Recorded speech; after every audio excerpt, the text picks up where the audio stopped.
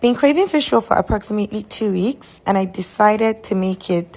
And I thought to share with you some things I do when I'm making my fish roll. For starters, the filling, I flavor my fish filling with lots of sweet peppers, carrots, and onions.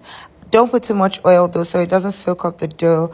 Now for the pie filling, this makes you about 6 rolls of fish roll. I use 500 grams of all-purpose flour, which is 4 cups of flour, and 250 grams of margarine. Sometimes I use whipped butter, but I'll tell you this, that it's important that everything you use for your pie dough be cold. So the butter or margarine has to be cold, the milk has to be cold, and you want to knead this well.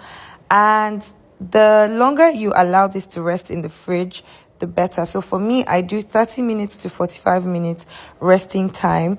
Then fill your fish roll. Do not be stingy with the fish. Don't be like those people back in the day when we were growing up. They were always so stingy with the filling.